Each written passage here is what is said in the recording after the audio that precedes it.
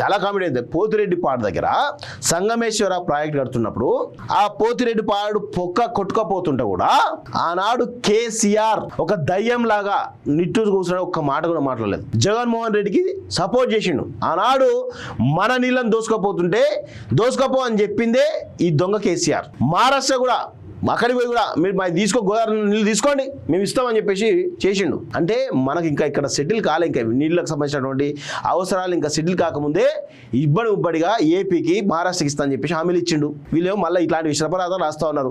అసలు ఏపీకి అవకాశం ఇచ్చిందే కేసీఆర్, దోసుకోమని చెప్పి అవకాశం ఇచ్చిందే కేసీఆర్. మళ్ళీ ఎట్లా మాట్లాడుతూ ఉంటారు వీళ్ళంతా? ఎంత పెద్ద కుట్ర జరుగుతుంది చూడండి. వీళ్ళు గతంలో వీళ్ళేమో దోపిడీకి అవకాశం ఇచ్చారు, ఇప్పుడు అది మళ్ళా దాన్ని అదునుగా వేసుకొని దోసుకుంటా ఉంటే ఇలా అంటా ఉన్నారు. దానికి సంబంధించి సీఎం రేవంత్ రెడ్డి ఢిల్లీలో చాలా అత్యవసర మీటింగ్ పెట్టేసి వాళ్ళకు క్లియర్ డైరెక్షన్ ఇచ్చిండు. బ్రిజేష్ ట్రిబ్యునల్ కమిటీ ముందు మీరు సీరియస్ వాదనలు ఇచ్చి మన న్యాయమైన వాటా ఎంత రావాలో అంత వచ్చే విధంగా మీరు వాదించండి అని చెప్పేసి చాలా స్పష్టంగా చెప్పడం జరిగింది. ఇప్పుడేమో ఇట్లా ఎప్పుడైనా ఏనాడైనా బ్రిజేష్ ట్రిబ్యునల్ దగ్గర వాదన వినిపించని చెప్పేసి కేసీఆర్ ఏనాడైనా అధికారులకు ఆదేశించిందా గత 10 ఏళ్లలో? ఇప్పుడు ఇట్లా ఉంది పరిస్థితి.